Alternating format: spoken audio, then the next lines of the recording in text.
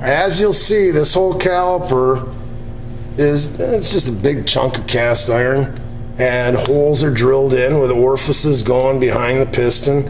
And when you have the brake line coming through the back, the highest point is where the bleeder screw is going to be. So if you have any air bubble in it, you're going to get it out. Well, previous to us owning it, the guy tried to do a brake job, and cast iron always gets water in here and from riding around, and the threads freeze up. So you can see this is where the bleeder screw is, and from trying to get it off, somebody just sheared it off. So we're gonna have a big job drilling, putting a easy out in there and trying to back this thing out. Use a lot of heat to expand that metal up. Well, I've been soaking it with penetrating fluid. That's all you can do for the meantime. And then when you get your heat out there, then you cool it with penetrating fluid, then heat it up again, sometimes 3 times. Don't get too anxious trying doing it the first time.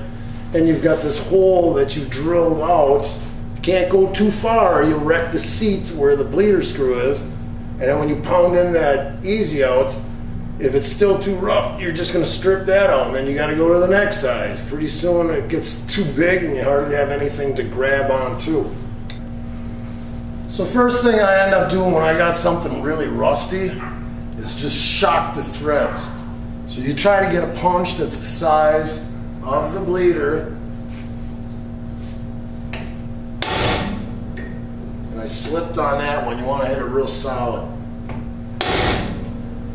You can hit it, as many times as you want.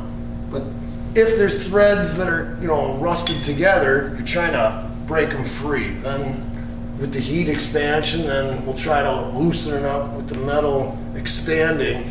Hopefully we'll get this thing out. Shock the monkey. So first thing you have to realize is how rusted these parts get. And from doing other ones, you just realize that a smaller easy out that fits in that hole would just snap. So you've got to drill a hole big enough to give you an easy out that's strong enough, that's got enough torque that's going to get this thing out. So then you have to get a drill bit that this is going to be able to bite to, a little bit smaller, and then I'm going to drill the hole out, then we'll pound that thing in after we've heated it up.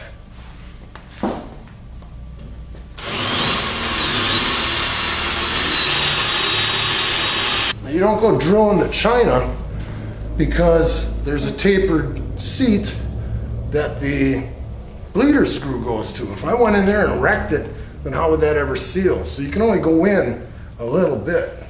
It's reverse thread or a pitch on the screw.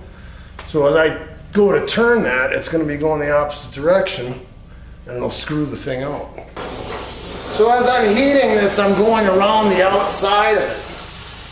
But there's a lot of rust scale that's going to flake off, and I had some, a drain pot underneath there with oil. I didn't want to start a fire. But you got to do this a couple times. Just the heating and cooling cycles will end up, you got to watch where you're going so you don't burn any hoses or anything. And what you'll find out, some guys will have a little propane torch that doesn't cut it. I mean, if that's all you got, you can try, but usually you need this kind of a torch to heat it up and get this thing hot enough to really get it to expand. So that's the first time. What I'm doing right here is just a heat and cooling, trying to crack these two pieces apart from each other. They do have a thing that's called Loctite super freeze or whatever, that you, like you're doing a wart on your hand. If you got a wart, you can freeze it off. If you can freeze this center piece and make it shrink faster than the outside metal, well, then you get the threads to crack apart too. But if you put this on when it's really hot, sometimes it'll burn up in fire.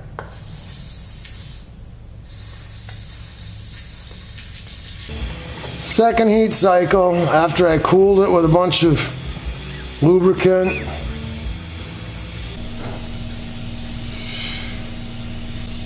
Corvettes have a lot of problems with this. People don't drive their Corvette very long. They sit for years. Then they rust out on the inside. A lot of them will send them to a guy that all he does is brakes on Corvettes, and they bore out the caliper and they put stainless steel liners in them and then hone it to size. And then they don't have rusting and pitting going on anymore in the bore. But that's from a long time of not being used and moisture gets in them.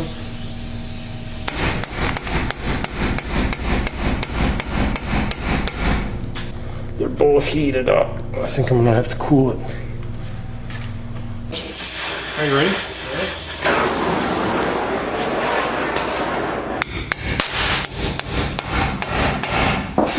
We got a fire back there. Fire it. Hose.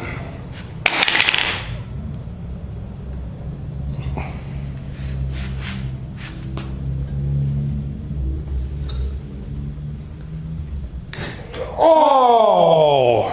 Now we're off the...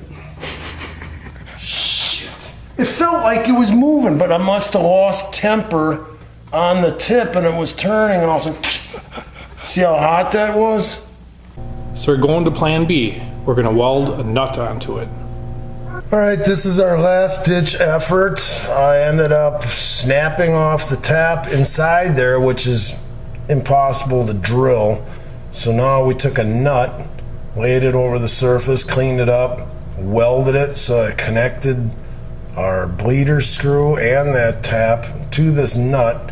Then we'll put a socket on it and try to extract it from there.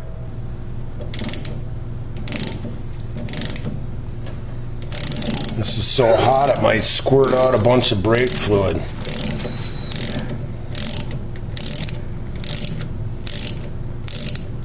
think the heat from welding it did us some good. Right. This just goes to show you, you can never give up. There's always a reason or a way to fix a problem.